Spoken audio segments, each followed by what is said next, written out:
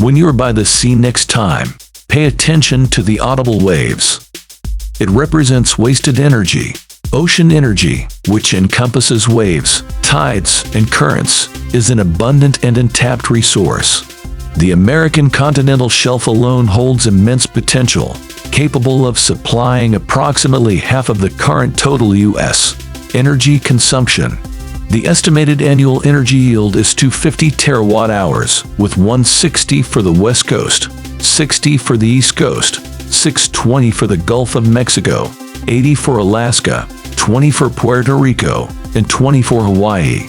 Harnessing all that energy while transporting us to population centers and finding suitable location along the coast that will not affect coastline ecosystems and property values would be a difficult, if not impossible task.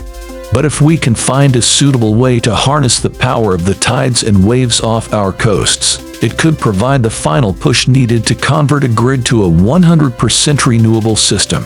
There are many methods to gain energy from the sea. Wave power is created as the wind pushes the surface of the ocean. Ocean currents provide power driven predominantly by wind and heat from the sun. Some systems have even utilized the differences in salinity between rivers and seas to produce electricity. However, today we're going to investigate one of the most promising technologies in this sector: tidal energy. It has huge potential in the renewable energy market thanks to its predictable and consistent availability. Tides undergo four daily shifts, perpetually. They occur as the Earth revolves through oceanic bulges generated by the gravitational pull from the Sun and Moon. Spring tides present heightened tidal patterns when the Sun and Moon align, enabling a cumulative gravitational impact.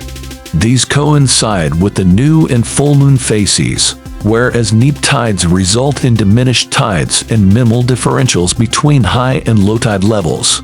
This occurs when the moon is at a quarter face offset to the sun by 90 degrees, meaning our tides are not only smaller in total, but the changes in tide are minimized. Although their intensity may differ, these tidal fluctuations occur 4 times daily, leading to a water movement that resembles this pattern during spring tides and this one during neap tides. Spring tides not only bring higher water levels, but also faster water flow, resulting in increased energy potential for harnessing. These patterns can be projected well into the future, thanks to the predictable movement of the sun, moon, and earth, which definitely cannot be said for the unpredictable weather here on Earth, which affects wind and solar energy.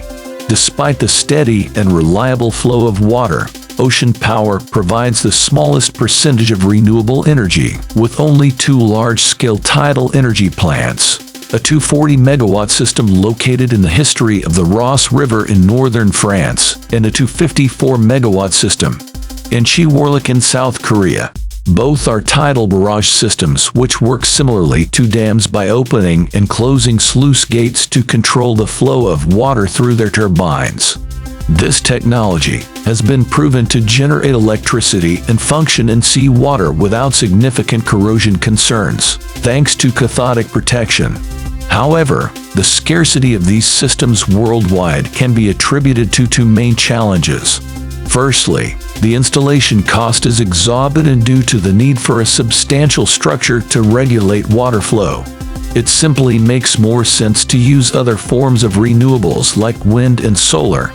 And second, a large barrier like this has a significant effect on the local ecosystem.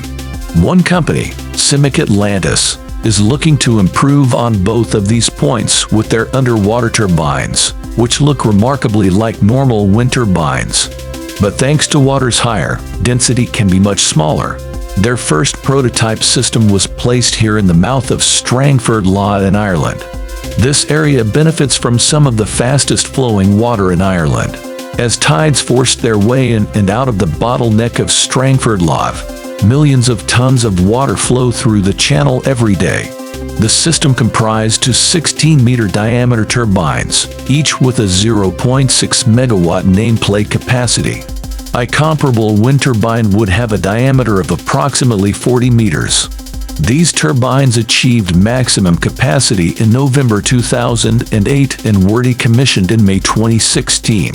If the 1.2 megawatts ran constantly at full capacity during that period, it would generate 77 to 79 gigawatt hours of power. However, it only generated 11.6 gigawatt hours, sufficient to power roughly 1,000 American homes for a year. But that's just 15% of its full potential. That percentage is called a capacity factor. And 15% is a very low capacity factor, with Ireland's 5-year average wind energy capacity factor standing around 28%. However, this was a prototype which did not run continuously and was routinely taken offline for inspection and research. In their best month and produced 522 megawatt hours with a capacity factor of 59%, and CGen claimed that that is reproducible year-round with a capacity factor of 59% year-round. This would make Tidal Energy an incredibly reliable energy source, with only minimal storage needed to smoothen out the peaks and troughs between the tides, with a short time between peak power generation and minimum power generation. This firm of Tidal Energy could use cheaper short-term energy storage solutions like mechanical batteries to create a desperately needed renewable base load.